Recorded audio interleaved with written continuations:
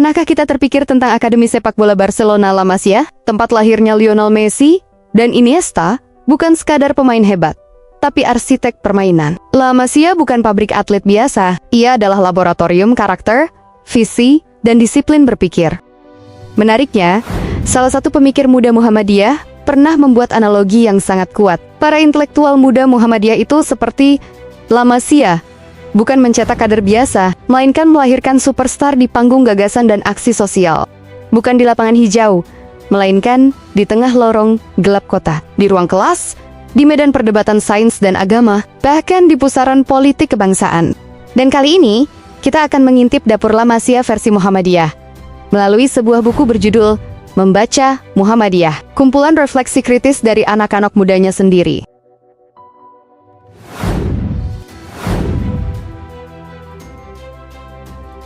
Apa bahan bakar yang membuat gerakan ini terus hidup lebih dari 1 abad? Jawabannya mengerucut pada satu kata, kesadaran kritis. Salah satu penulis menggunakan kerangka pemikiran Paulo Freire, tokoh pendidikan dari Brasil. Menurut Freire, manusia hidup dalam 3 tingkat kesadaran. Yang paling dasar adalah kesadaran magis. Saat manusia muda percaya tahayul, mitos, dan penjelasan irasional, naik 1 tingkat, ada kesadaran naif, menerima keadaan apa adanya, pasrah, menganggap ketimpangan sebagai takdir. Dan puncaknya adalah kesadaran kritis, kemampuan membaca realitas, memahami mengapa sebuah ketidakadilan terjadi, lalu tergerak untuk mengubahnya. Sejak awal, Kiai Haji Ahmad Dahlan mendorong Muhammadiyah bermain di level tertinggi ini. Bukan sekadar taat, tapi sadar.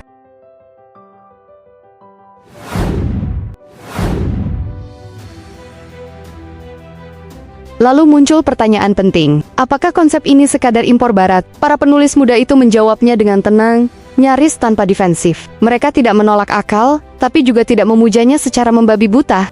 Dalam Al-Quran, kita menemukan istilah ulul albab, bukan sekadar orang yang cerdas secara akademik, melainkan manusia yang berpikir sampai ke akar, mengolah akal, menjaga nurani, dan memahami arah dari ilmunya. Ulul albab bukan tipe intelektual yang berhenti pada wacana. Pengetahuannya tidak berakhir di kepala, tetapi menuntut sikap, pilihan, dan keberpihakan moral. Disinilah ilmu tidak lagi netral, ia harus bertanggung jawab. Dan di titik inilah, Islam bertemu dengan kesadaran kritis, bukan sebagai tiruan barat, melainkan sebagai warisan intelektual yang sejak awal sudah mengajarkan berpikir, menimbang, dan bertindak dengan etika.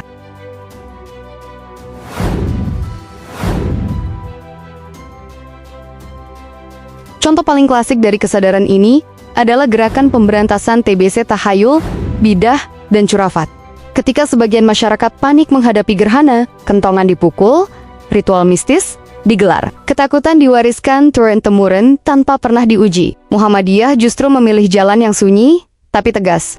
Mereka mengeluarkan pengumuman ilmiah, tanggal sekian, jam sekian, gerhana akan terjadi. Bukan ramalan, bukan firasat, tapi hasil perhitungan. Di satu sisi, kepanikan magis yang lahir dari ketidaktahuan. Di sisi lain, ketenangan yang tumbuh dari ilmu. Disinilah iman tidak dipertentangkan dengan rasio, justru dirawat agar berjalan berdampingan. Karena iman yang takut pada ilmu adalah iman yang rapuh.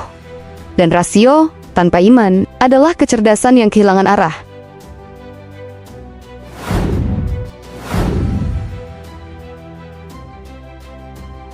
Namun kesadaran kritis tidak berhenti di ruang kelas. Ia turun ke jalan. Salah satu kisah paling menyentuh dalam buku ini datang dari PCM Krembangan, Surabaya, yang berdakwah di kawasan lokalisasi. Bukan dengan teriakan moral, bukan dengan penghakiman, mereka menyebut pendekatannya purifikasi sosial. Langkah pertama sangat radikal, membeli rumah-rumah, germo satu persatu.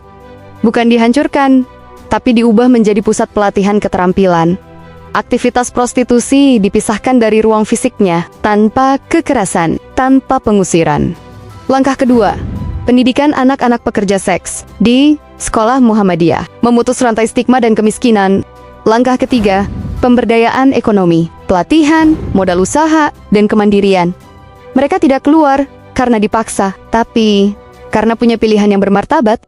Bahkan setelah itu, mereka diajak masuk ke organisasi Aisyah, Pemuda Muhammadiyah, IPM. Ini bukan sekadar bantuan, ini pengembalian martabat.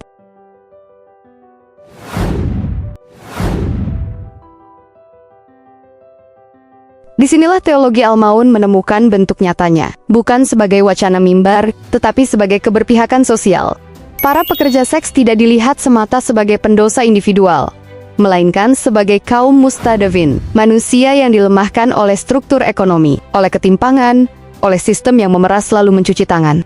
Dakwah dalam kerangka ini bukan tentang menunjuk siapa paling salah, bukan lomba kesalehan verbal, melainkan ikhtiar membebaskan manusia dari kondisi yang membuat mereka tidak punya pilihan. Karena Islam tidak datang untuk menambah rasa bersalah, tetapi untuk membuka jalan keluar. Dakwah bukan soal menghakimi, tetapi membebaskan.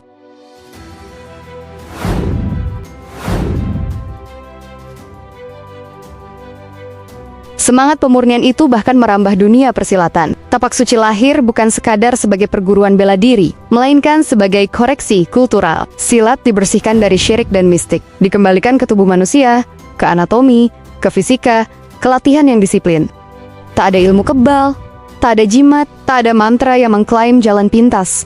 Kekuatan tidak bersumber dari benda gaib atau kesepakatan dengan yang tak terlihat, melainkan dari iman yang jernih dan akhlak yang dilatih bersama otot dan nalar.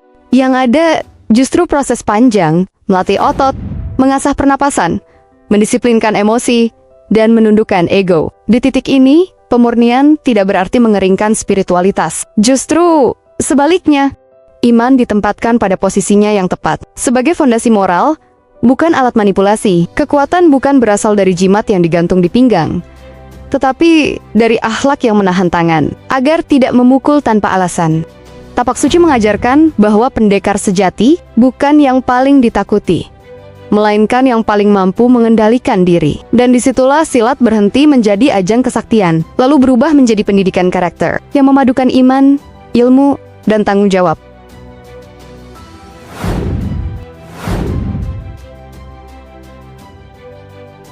Menariknya, buku ini tidak berhenti mengkritik keluar. Ia justru berani menoleh ke dalam ke rumahnya sendiri. Perguruan tinggi Muhammadiyah, kata buku ini, kadang tergelincir pada taklid baru, bukan pada tradisi, melainkan pada sains barat yang diterima seolah netral dan final. Teori evolusi, misalnya, sering diajarkan sebagai kebenaran mapan, tanpa ruang dialog kritis dengan worldview Islam. Bukan didiskusikan, melainkan diwariskan begitu saja. Di titik inilah perdebatan besar muncul, Islamisasi sains versus pengilmuan Islam ala Kuntowijoyo. Yang satu berupaya membersihkan sains dari asumsi sekuler. Yang lain mengusulkan jalan berbeda, bukan menempelkan ayat pada teori, tetapi membangun ilmu sejak awal, dari pandangan dunia Islam itu sendiri, tentang manusia, alam, dan tujuan pengetahuan. Keduanya sepakat pada satu hal penting, ini bukan ajakan menolak sains, ini penolakan terhadap sikap pasrah tanpa berpikir. Perdebatan ini memang belum selesai, dan justru disitulah tandanya sehat. Karena tradisi intelektual yang hidup, bukan yang seragam dan patuh, melainkan yang berani berbeda, berani menguji, dan berani mempertanyakan bahkan dirinya sendiri.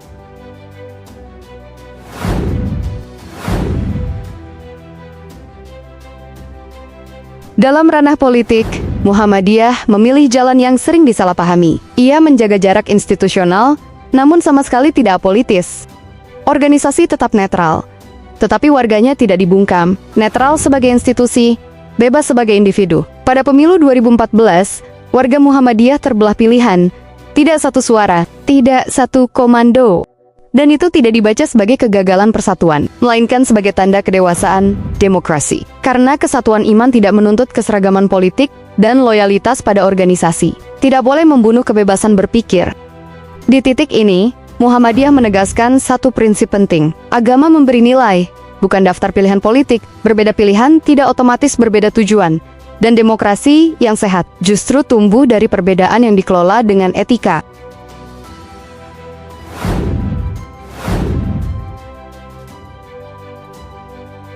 Jika dirangkum, Muhammadiyah bukan benteng yang beku, melainkan laboratorium hidup.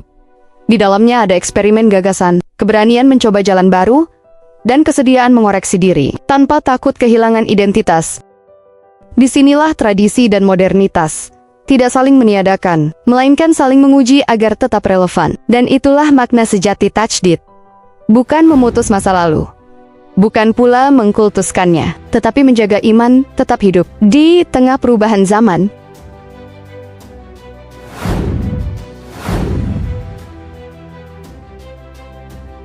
Buku ini ditutup dengan kisah reflektif tentang siswi Mu'alimat Muhammadiyah. Disiplin ketat di asrama, namun saat keluar, mereka terjerat disiplin lain, kapitalisme dan konsumerisme.